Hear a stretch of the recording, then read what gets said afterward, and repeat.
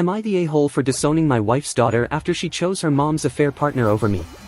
I 35M met my now soon-to-be ex-wife 33F during uni 12 years ago. She already had kid when she was 19, but the dad left as soon as she started uni. We were dating for 3 months before I met her daughter Lisa. I remember seeing her family for the first time. I was nervous meeting her parents, but when I saw a little girl beside her mom I was confused. I asked her if that was her little sister or a cousin of hers, and her answer shocked me. When she told me that that's her daughter, I thought I misheard her or something. At first I wanted to dump her for hiding something so crucial from me, but she kept on begging for me to stay, and eventually I relented, and soon enough I started to fall in love with her daughter and wanted to be her father figure. Our bond grew stronger over the years, and in early 2019, before the pandemic hit, we got married. In late 2021 I adopted Lisa, and in early 2022 my wife gave birth to our son Mark. After my son was born, my wife made the choice to stay at home for the time being, and I was completely fine with that. Everything was going perfectly until a few months ago.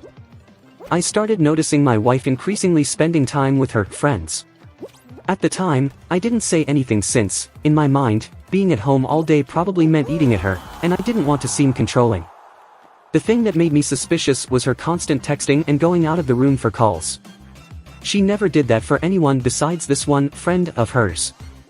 I asked her about it, but she gave me some vague answers about gossip.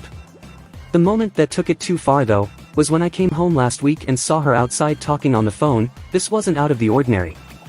I remember seeing my son on the floor crying alone. I was pissed at my wife for just leaving him alone in the house, but when I went to pick him up and smelt the horrible stench coming from him, I was beyond furious. His diaper seemed like it hadn't been changed since that morning. I quickly changed his diaper and rushed outside with him in my arms. I was beyond pissed. I snatched her phone from her hand and bolted back inside. I locked my wife outside to have a talk with this friend of hers alone. I had my suspicions about who it really was, and when I heard a male voice calling out her name and asking who was there, I immediately knew what was going on. He ended the call as soon as he heard my voice. I then proceeded to lock the front door to make sure my wife couldn't enter the house at all, and proceeded to screenshot as much of their chat as I could and then sent them to myself before deleting them on her phone. About 5 minutes later, she was still banging on the glass door leading to the backyard. I reluctantly opened it and was met with a smack in the face. Remember, all of this is happening while I'm holding my toddler in my arms. As soon as she realized what she just did, she apologized profusely, started crying and tried to hug me. I pushed her away and told her to meet me at the dining table. I told my daughter to quickly take care of the baby so me and her mom could have a quick chat. I just kept it simple. I told her this was her only chance to even have a sliver of chance of getting me back. If she fucked up this talk, it was over on the spot, no lies, nothing. She kept on trying to apologize and to say it wasn't that serious. I reminded her that she not only fucked me over, she could also have easily done serious harm to our son by leaving him alone in the house like that. I then simply asked who, for how long, and did they fuck? She replied with her ex-boss Daniel, 6 months, and she didn't answer the last one, so I kept on reminding her that this was her last chance. She then just simply nodded. I then asked her if they used protection. To this she started crying and started begging me for forgiveness. She said she would block him then and there, would never contact him again. I could fuck any woman I want from now on, yada yada. I guess Lisa heard the commotion and came downstairs. I told her to go back up, but she just walked to my wife and asked her if I knew about Daniel. Up to this point I was calm, but upon hearing this, I swear even I started tearing up. I asked Lisa if she knew all along, and she said yes. At this point I'm full on crying, and I asked her why she didn't tell me. She responded with, because unlike you, Daniel buys me the things I want without having to beg. I then asked her how she could possibly do this to her dad. She responded with the "you're not my real dad" crap. My wife screamed at her upon hearing what she said. At that point I couldn't bear any of this anymore. I just grabbed my son and got into the car. Me and my son are currently staying at my parents' house. I've basically been drinking myself to sleep every day. Thanks to the saint of a mother I have, my son is being taken care of right now. I'm beyond hurt. I've cancelled my ex-daughter's private school tuitions, all her extracurricular activities, and I've contacted a divorce lawyer. He is going to serve my wife this Friday. My wife and Lisa have been blowing up my phone non-stop with apologies. I simply responded with, "Get a lawyer and tell that ungrateful thing of yours to start calling Daniel her dad." I'm disowning her, and then I blocked my wife. I didn't respond to Lisa, I just simply blocked her. I guess my wife told our friends what her and Lisa did, and now they have been texting me non-stop. They understand how I feel but believe I'm going too far by divorcing my wife without hearing her out. They also keep telling me that disowning Lisa is definitely going too far and she's only a kid and didn't understand what she was doing. I just can't get over the things she told me. I've worked my ass off to give my wife and daughter luxuries I could have only dreamed of as a kid, and this is how I get paid back. Lisa, 13 years old, is old enough to understand that hiding her mom's affair is bad and definitely purposely used those words to hurt me. But a part of me believes that there is still hope. A few family counseling sessions later and we can go back to living the life I once considered a fairy tale. I'm beyond destroyed by this whole situation. A part of me just wants to see them burn in hell, but the other part of me believes there is still hope. Am I really going too far? Is there still hope? Am I the a-hole here? Am I the a-hole for divorcing my husband for asking if he can move on if I die when I have cancer? Title says it all really. I have stage 3 cancer. There's a decent chance I die within 5 years. My husband and I have a good marriage. He's not the lead of a romance movie, but he's also not a bad husband. The problem is my husband keeps asking if I die, will I want him to move on? Does he have my blessing to move on? He asked 3 times in the past month alone, and as someone who could die, it doesn't exactly lift up my mood. I know he loves me and wants my blessing to move forward, but geez, leave it till I'm dead before trying to move on. I've realized that he's probably fed up with having a sick wife, and honestly, I'm not out of my mind enough to not notice his resentment and impatience. My family is ready to take me in. I asked for a divorce. I told my husband I was sick of him asking if he could move on because it felt he was eager for me to die. If he didn't want me so bad, I didn't have to die to go away. My cousin works at a family law firm and they'll be representing me in the divorce.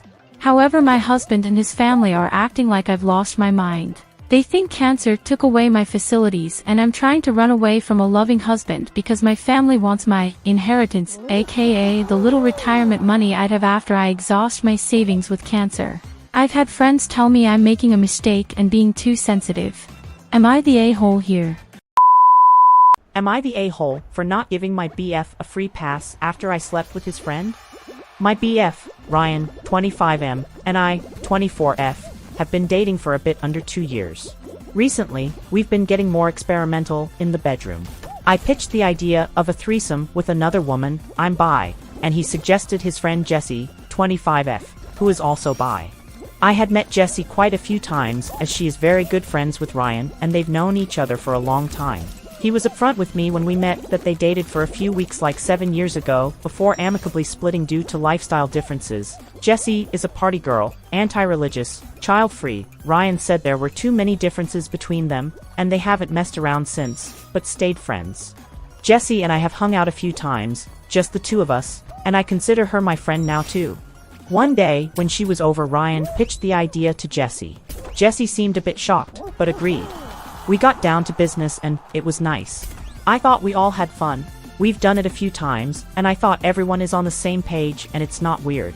Well, now it is. The other day Jessie stayed over and slept in our bed with us. Ryan went to work early and it was just Jessie and I. I woke up to her trying to initiate sex with me, politely. While I was interested, I declined, saying Ryan wasn't here, and he wouldn't be okay with just us messing around. She then showed me she had texted Ryan earlier specifically asking permission to sleep with me without him. He responded, "That's fine, as long as I get a free pass too." I thought for a second and came to the conclusion that the idea of him and Jessie together didn't upset me, as I trusted both of them. So I was okay with him sleeping with her as long as he told me about it. We really should have talked about the details more, because this is where it all went wrong. Jessie and I did sleep together without Ryan, it was fine and all. But when he got home later, Jessie asked him when he wanted his free pass.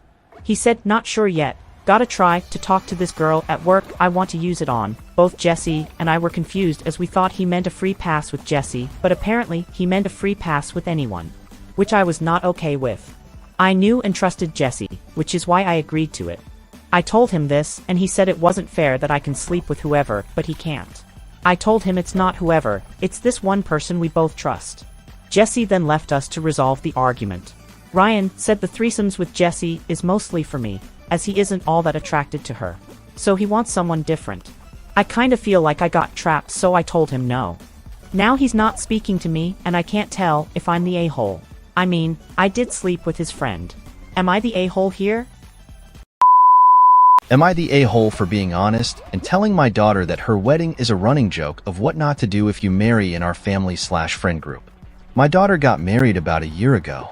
She spent about $20K on her wedding. It was a wonderful experience for her, but for all the guests it really sucked. All the money went to things the couple would enjoy. The reasons it sucked for the guest was due to multiple factors. The biggest ones being that guest has to buy food, drinks, and no entertainment. So people get to the wedding and the ceremony happens. Then they go put into another room after a long day of driving out, don't get any food/drink. Most of them were forced to buy overpriced food since they were starving. They didn't even get any cake since the cake was a fake. Overall, not a good guest experience. Afterwards, it was negatively talked about, and people were actually quite mad about it. My other daughter is getting married and asked for my help. Her sister offered to help, and my other daughter made it clear she doesn't want her wedding to be anything like hers. My daughter asked what she meant by that, and I was honest with her. That her wedding wasn't a good experience for guests, and it is a running joke at this point with family/friends. I thought she already knew since a lot of people hated her wedding. This caused an argument, and she called me a jerk by the end. I pointed out all the issues had with her wedding, and she thinks I am being cruel. Edit. The money basically went to her dress, venue, and photos. I know her dress was $6K. The venue was pricey, and she didn't get the food package. I was not part of the wedding planning. I was having medical issues. Am I the a-hole here? Am I the a-hole for walking out of my girlfriend's birthday party after she called me a cheapskate for the gift I gave her? My girlfriend, 26F, recently celebrated her birthday, and I, 28M, wanted to make it special. I spent a lot of time thinking about what to get her and decided on a personalized photo album with pictures of our time together over the last few years. I also wrote her a heartfelt letter expressing my love for her and detailing how much she means to me. When it came time for her to open the gift, she did so in front of our friends and family at her party. I could tell she was underwhelmed, and she even made a face. Then she said, "Wow, this is it? You're such a cheapskate." In front of everyone. I was stunned and embarrassed. People laughed awkwardly, and I could see she was expecting something more expensive. I was hurt by her reaction, especially since I put so much thought and effort into the gift. After a few minutes, I quietly excused myself and left the party. I didn't want to cause a scene, but I couldn't shake the feeling of humiliation. My girlfriend later called me and said I overreacted by leaving the party and that it was all in good fun. She also accused me of not putting in any effort since the gift was not expensive. I told her I felt disrespected and that my feelings were hurt. Now I'm questioning whether I was wrong to leave the party. AITAH for walking out of my girlfriend's birthday party after she called me a cheapskate for the gift I gave her?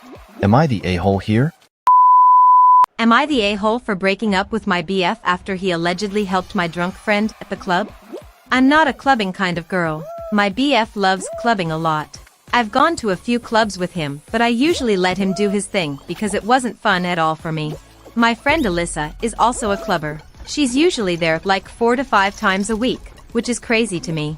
So last weekend I went over to my BF's apartment and I found Alyssa sleeping in his bed with my BF not in the apartment. I have a key to his apartment and was supposed to go over there at 11, but I was a bit early. When I woke her up, she told me it wasn't what it looked like. She said she just got really drunk and may have been drugged, and my BF let her crash because the club was close to his apartment. My BF came back home and he also scrambled to say it wasn't what it looked like. He said they couldn't take her to the hospital because she couldn't afford and she had drugs in her system. He swore he slept on the couch. Honestly, they were tripping over themselves to explain that it wasn't what it seemed. I don't believe them, so I broke up with my BF. Now our friends are begging me to give a second chance and saying my BF was a good guy. Am I the a-hole here? Am I the a-hole for marrying my ex-wife's boss? My ex-wife and I were married for a decade. We have 2 kids together. I only met her boss face to face once before my divorce. Afterwards I met her in a club. My buddy and I were trying to game women for some one-night stands and she was there with some of her friends. I decided to talk to them and we kinda hit it off. She is a very sweet woman and has been very supportive to my ex-wife. My ex-wife has been playing victim a lot and she was surprised that I am not a man with horns on my head. We have been dating for past 2 years and we plan to marry this year. I finally talked to my ex-wife about moving in with my fiancé and introducing her to my kids. My wife has been crying and refusing to let my kids meet her. I told her that it's not her choice anymore. She wants me to break up and marry any other woman. She even sent me photographs of some of her friends who are single. I have enforced only call if emergency rule because I don't like the drama. Am I the a-hole here?